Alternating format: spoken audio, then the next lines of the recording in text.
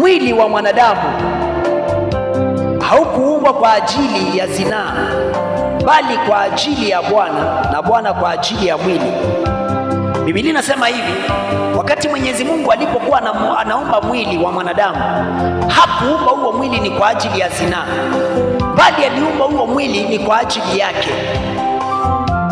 Na ukisoma in the book of Genesis chapter 2, unapata tumeumba kwa sura na mfano wa Mungu, na hatukuumbwa ni kwa ajili ya zinaa, tuliumbwa ni kwa ajili ya Mungu.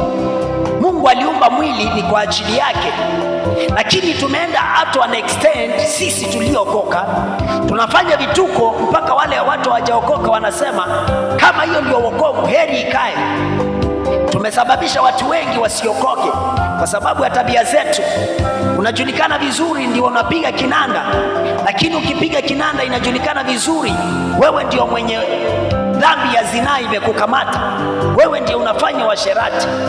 Inajulikana vizuri sisi tuliokoka, wewe ndio unajua kuimba vizuri, wewe ndio uko na sauti ya kuimbia vizuri, sauti ya kuongoza praise and worship vizuri, na ile sauti nzuri sana, sauti kama ya malaika, lakini kwa uzinifu ni wewe namba moja.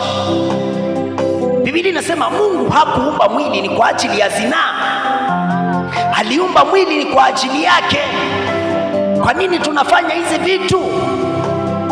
Na tukipata watu wa kutuambia ukweli tunawadhihaki.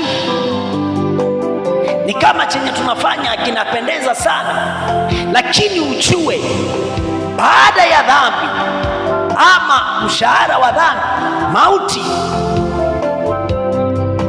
Sikufichi, tusome verse 14.